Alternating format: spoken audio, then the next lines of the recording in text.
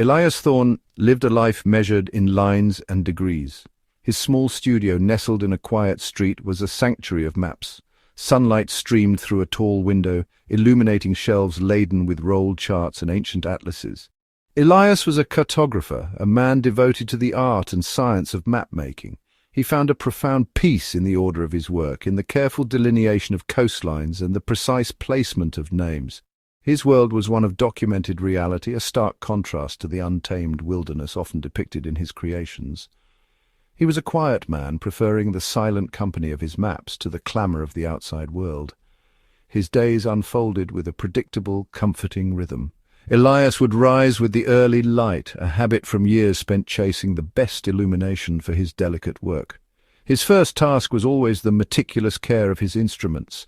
The gleaming brass of his compasses, the fine points of his ruling pens, all were tended with a craftsman's reverence. For Elias, a map was never just a tool for navigation. It was a story, a rich tapestry woven from exploration, human endeavour, and the Earth's own grand designs. One grey Tuesday morning, the routine of Elias Thorne's ordered life was gently disturbed. The postman, a familiar figure on his quiet street, delivered an unexpected item. It was a sturdy cylindrical tube wrapped in plain brown paper.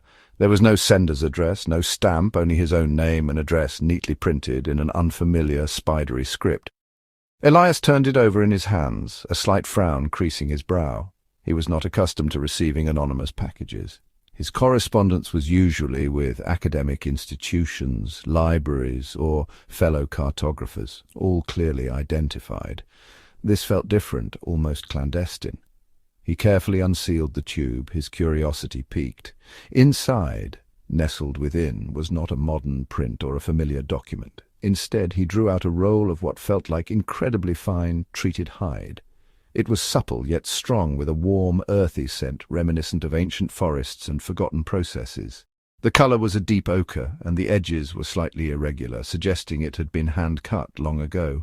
It was unlike any map-making material he had encountered in his extensive career.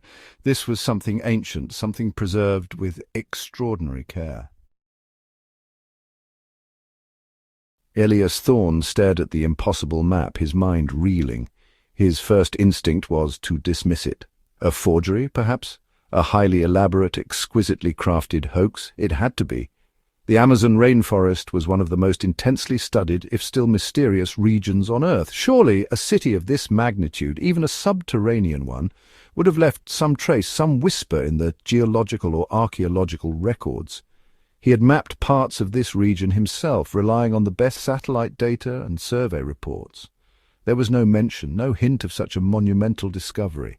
The sheer audacity of the claim made him doubt its veracity, yet the more he examined the parchment, the more his skepticism wavered. The quality of the material, the unique ink, the unknown symbols, it all spoke of authenticity, of an origin far removed from modern trickery. The details of the city were too specific, too logical in their layout to be mere fantasy. Driven by this burgeoning conviction, Elias Thorne turned from the ancient parchment to the marvels of modern technology. His studio, though filled with historical artifacts, also housed a powerful computer linked to global imaging databases. He carefully plotted the coordinates indicated on the mysterious map, a challenging task, given its unfamiliar projection and symbols. He then began to meticulously scan high-resolution satellite imagery of the designated Amazonian sector. He spent hours, days even, poring over the endless green, searching for any telltale signs, any subtle irregularity that might betray a hidden world below. At first his search yielded nothing but the expected. The dense, triple-canopy rainforest presented an almost impenetrable blanket to the watching eyes in orbit. Mile upon mile of seemingly uniform green stretched across his screen. Disappointment began to creep in. Perhaps the map was, after all, a fantastical creation, a beautiful lie, but the memory of its intricate detail, its sheer conviction, urged him on. He began to layer different types of data, thermal imaging, infrared scans, and crucially, ground-penetrating radar feeds were available from past geological surveys of the region. He was looking for ghosts in the machine, for echoes in the data. Then he saw it, a subtle anomaly. The confirmation of the city's existence ignited a fire in Elias Thorne. The quiet cartographer found himself consumed by a singular purpose. Sleep became a forgotten necessity. The image of the subterranean metropolis beckoned him with an irresistible force. He knew he had to go there, to see it with his own eyes. The risks were immense, but the call was stronger. He began his preparations with methodical urgency, researching expeditions into the deep Amazon. He selected lightweight, robust scientific instruments. He told no one of the map or the true purpose of his journey. Even to himself, the explanation sounded thin. The expedition pressed deeper into the rainforest, far from any known trails or settlements.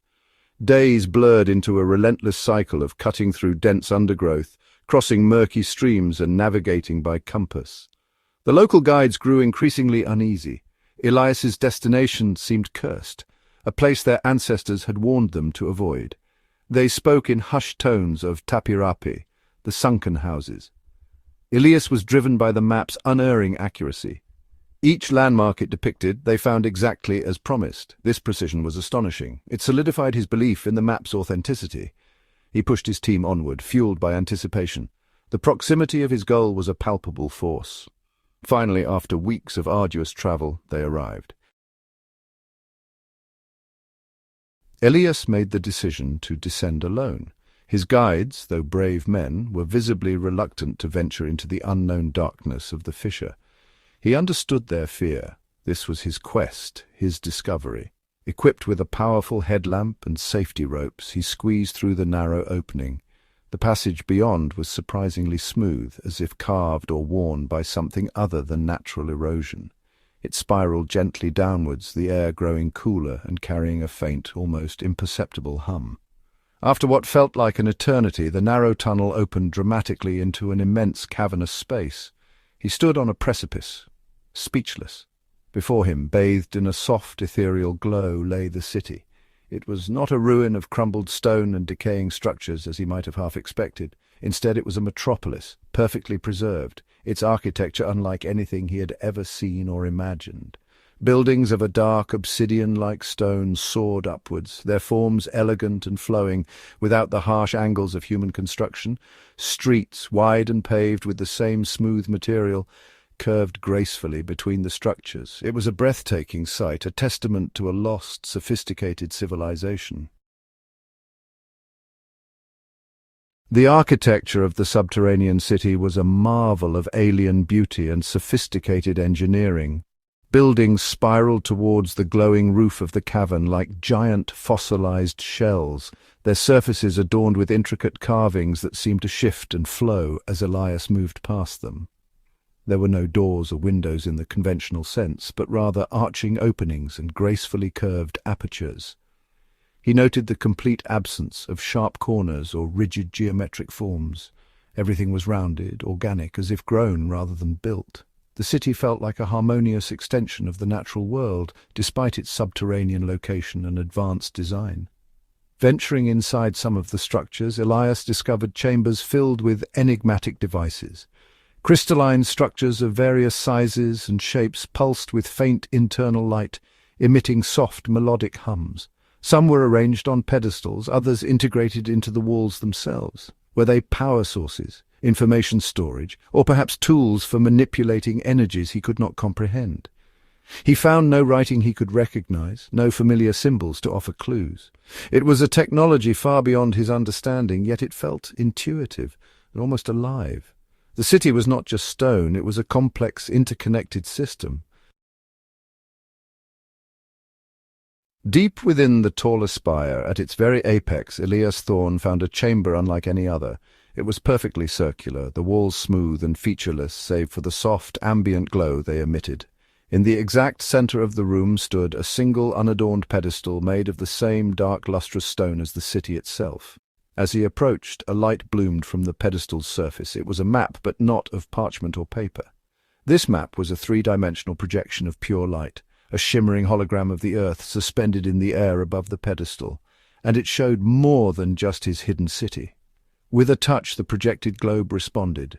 It revealed other similar subterranean sanctuaries scattered across the planet, hidden beneath oceans, deserts, and ice caps. Then, with a breathtaking leap, the projection expanded, showing pathways arcing out from Earth, connecting to distant star systems.